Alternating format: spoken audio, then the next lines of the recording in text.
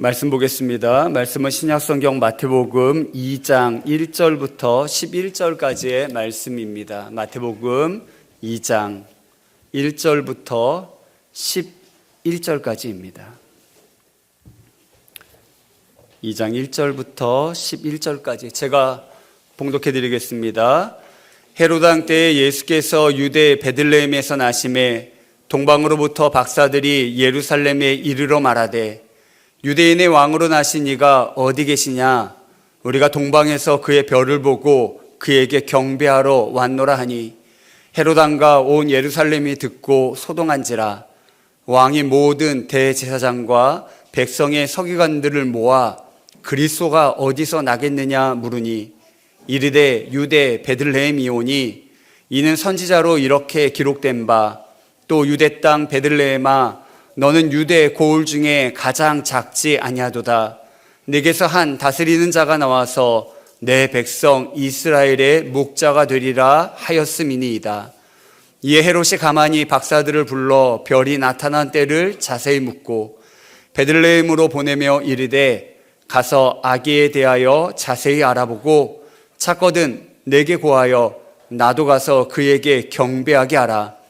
박사들이 왕의 말을 듣고 갈새 동방에서 보던 그 별이 문득 앞서 인도하여 가다가 아기 있는 곳 위에 머물러 서 있는지라.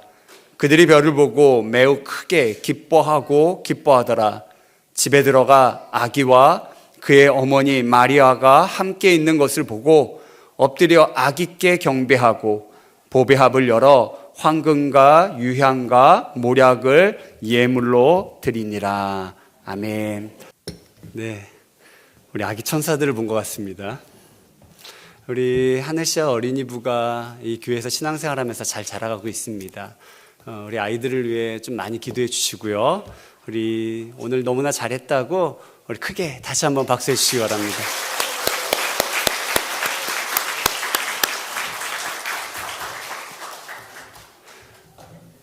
오늘은 주님이 탄생하신 우리 성탄절입니다. 너무나 기쁜 날이고요. 또한 우리를 구원하시기 위해 이 땅에 오신 아기 예수님의 탄생을 우리 모두 기뻐하면서 또 그분께 감사와 찬양과 경배를 올려드리는 날이기도 합니다. 예수님이 탄생하시던 2000년 전 베들레헴에서도 그분의 탄생을 기뻐하며 찾아와 경배를 드렸던 사람들이 있습니다. 우리가 일명 동방박사라고 얘기하는 사람들인데 오늘 우리 읽은 말씀은 바로 그 동방박사들에 대한 이야기입니다. 마태복음은 우리가 오늘 읽은 말씀이 바로 마태복음인데 이 마태복음은 이 동방박사들의 행동이 무척 이례적인 것, 특별한 것이었음을 강조하면서 오늘 성경을 시작합니다. 그래서 마태복음 2장 시작에 우리 원문 헬라어로는 이두라고 하는 감탄사로 시작하거든요. 보라라는 말로 시작되는 거예요. 잘 봐봐, 여기 주목해봐 그러면서 이 마태복음 2장이 시작되고 있습니다. 그러면서 짠 하고 등장하는 인물들이 누구냐면 바로 동방박사입니다. 예루살렘에 느닷없이 동방에서부터 온 박사들이 등장을 해요. 우리말 성경에는 박사들이라고 표현하고 있는데 요즘 우리 시대로 그들을 표현하자면 천문학자들이라고 말할 수 있습니다. 헬라어 원문에는 마고이라고 하는 단어를 쓰고 있는데 이 단어의 어원 자체가 페르시아어예요. 그러니까 이들은 페르시아 궁중에서 섬기던 학자들이었을 것이다 그렇게 생각을 합니다. 그래서 성경학자들은 그들이 당시 매우 지혜로운 엘리트들로 천문학자 겸 또한 성직자의 역할을 함께 감당했을 것이라 그렇게 추정합니다. 그들은 아마도 이제 페르시아까지 흩어져 나간 유대인 디아스포라들, 유대인들이 흩어져 나갔잖아요. 그들로부터 성경에 대해서 배웠을 것입니다. 어쩌면 그들은 구약 성경 중 민수기 24장 17절 말씀처럼 한 별이 야곱에게서 나오며 한 규가 이스라엘에게서 일어나리라는 그 말씀, 즉 때가 차면 이스라엘 땅에 이스라엘 민족 중에 구세주가 오실 것이라는 믿음으로 그의 출생을 알리는 별이 나타날 것을 기다리고 있었을지 모릅니다. 동방의 박사들, 즉 그들은 동방에서 이 별을 발견해요. 그리고 이것이 약속된 유대인의 왕이 태어나는 것이구나, 이 땅에 오시는 메시아, 우리를 구원한 참 진정한 왕이 탄생할 그런 예고라고 생각을 해서 메시아가 태어날 땅, 즉 이스라엘 땅으로, 예루살렘으로 찾아온 것입니다. 성경을 보면 우리가 보통 동방박사 이야기할 때 별이 그들 앞에 항상 앞에 가고 동방박사가 이렇게 계속 따라온다고 생각을 하지만, 성경을 보면 별이 그들을 계속 인도하는 건 아니에요. 그들은 동방에서 별을 발견했을 뿐이고, 그리고 그 별을 발견하고 나서 메시아가 태어날 땅으로 찾아온 거죠. 그리고 나중에 다시 이 별이 떠오르면서 그들을 인도한 것입니다. 동방에서 별의 출현을 발견하고 일단 이스라엘의 수도인 예루살렘에 찾아온 거예요. 그리고 어디로 갈지 모르니까 왕궁에 찾아와서는 물은 거죠. 그게 오늘 본문 2절에 있는 말씀입니다. 유대인의 왕으로 나신 이가 어디 있느냐라고 묻죠. 우리는 동방에서 그의 별을 보고 그에게 경배하러 왔다고 얘기를 해요. 그러니까 동방에서 온 엘리트들이 왕궁에 찾아와서는 유대인의 왕이 태어나셨는데 어디 태어났냐고 다짜고짜 물으니까, 그리고 자신들은 그의 별을 발견하고 저 동방에서부터 그의 탄생을 축하하기 위해, 경배드리기 위해 찾아왔다고 얘기하니 왕궁은 엄청난 소동에 휩싸일 수밖에 없었습니다. 유대인의 왕이 태어난다고 하는데 그냥 단순히 작은 유대 땅, 유대 나라의 왕이 태어났다는 말은 아니에요. 만약 그랬다면 저 동방에 있는 그 거대한 나라, 그 엘리트들이 그것 때문에 찾아오진 않았을 것입니다. 유대인의 왕이 태어났다는 이야기는 헤롯이나 그 예루살렘 사람들이 듣기에도 이것은 유대인의 왕으로 장차 메시아, 이 땅을 구원할 메시아가 태어났다는 이야기로 듣게 됩니다. 그러니까 동방박사의 출현은 정말 깜짝 놀랄 일이었어요. 그리고 그들의 이야기를 들은 예루살렘 왕궁에 있는 헤롯 왕으로부터 시작해서 온 예루살렘 사람들은 큰 충격을 받을 수밖에 없었습니다. 학자들은요,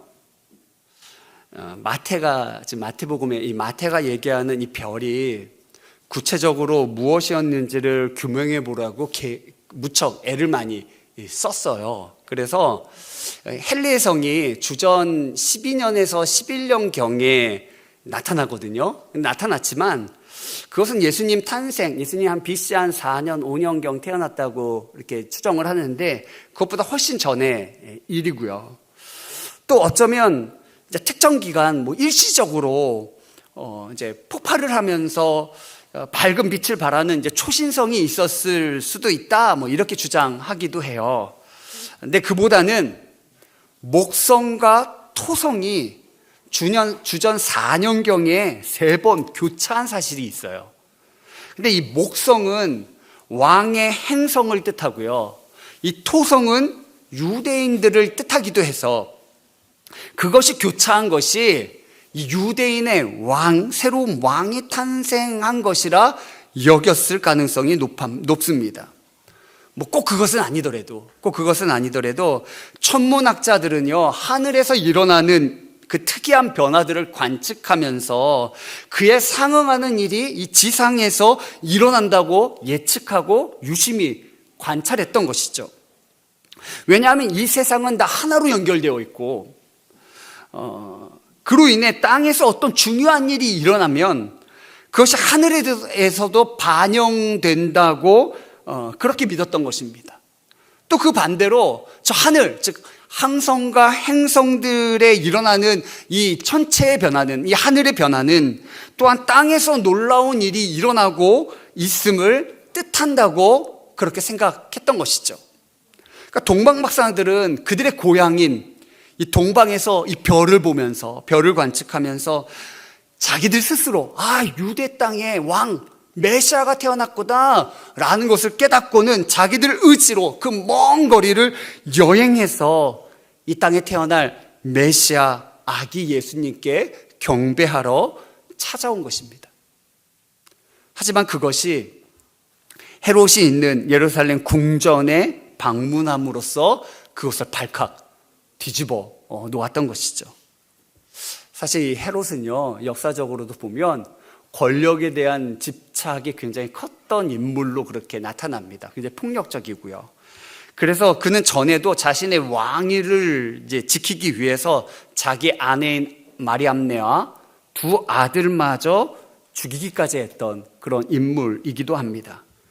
그러니 지금 이제 동방박사들로부터 이제 듣고 있는 이야기, 유대인의 왕이 나셨다는 소식은 헤롯에게 기분 좋게 들렸을까요? 아니죠. 엄청나게 위험하게 들렸어요. 엄청난 충격으로 다가왔습니다. 물론 겉으로는 티를 내지는 않았습니다. 그는 일단 대제사장들과 서기관들, 즉 성경에 정통한 사람들을 불러다가 그리스도가 어디서 태어나겠느냐를 물어요. 여러분, 여기를 좀 주목해 봐야 돼요.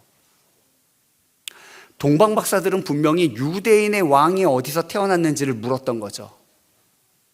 유대인의 왕이 어디서 태어났느냐라고 물었어요. 근데 헤롯 왕은 지금 뭐라고 지금 대제사장들과 서기관들, 성경학자들에게 묻냐면 그리스도가 어디서 나겠느냐 이렇게 물어요.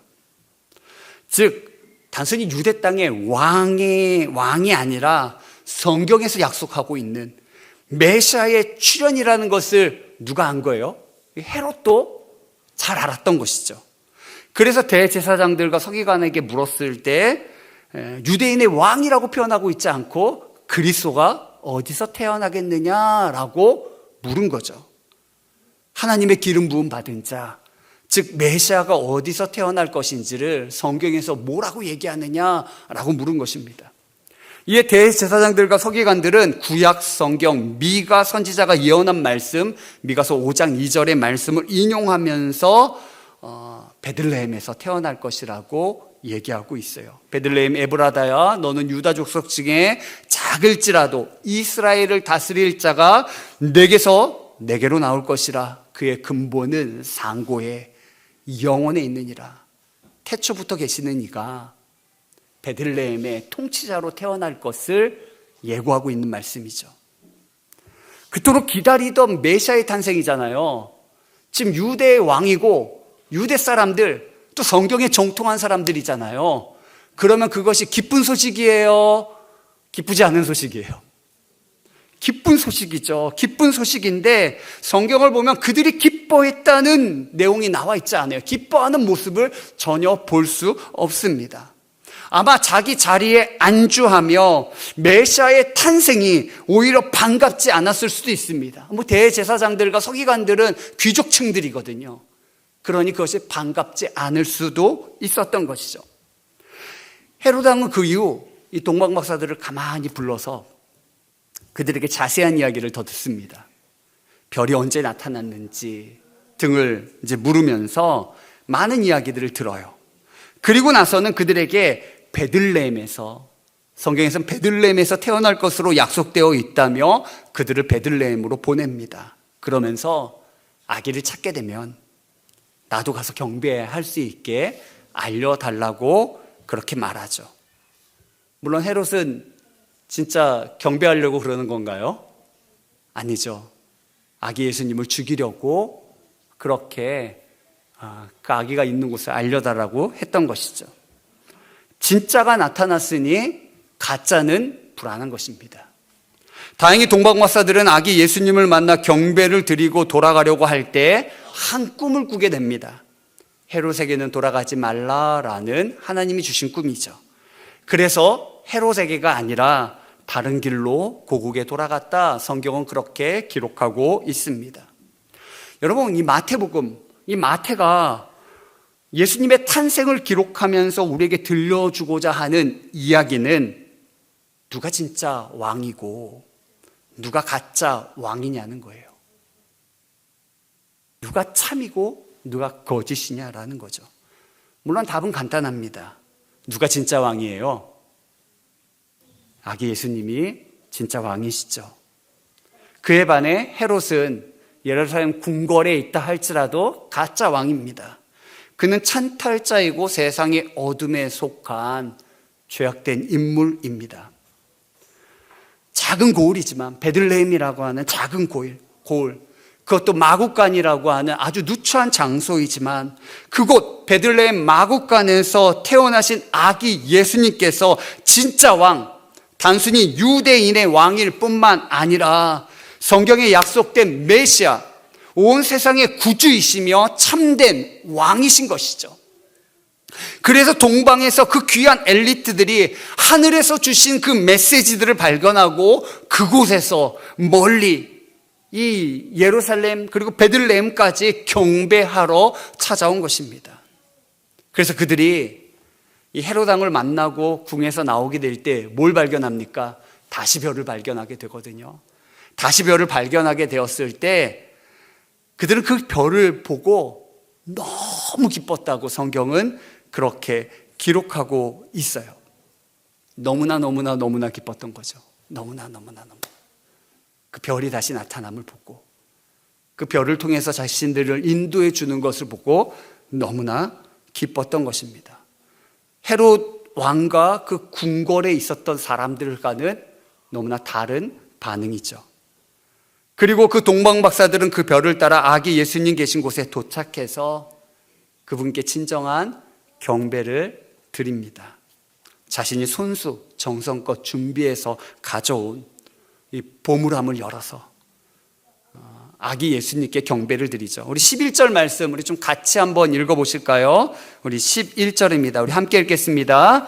집에 들어가 아기와 그의 어머니 마리아가 함께 있는 것을 보고 엎드려 아기께 경배하고 보배합을 열어 황금과 유향과 모략을 예물로 드리니라.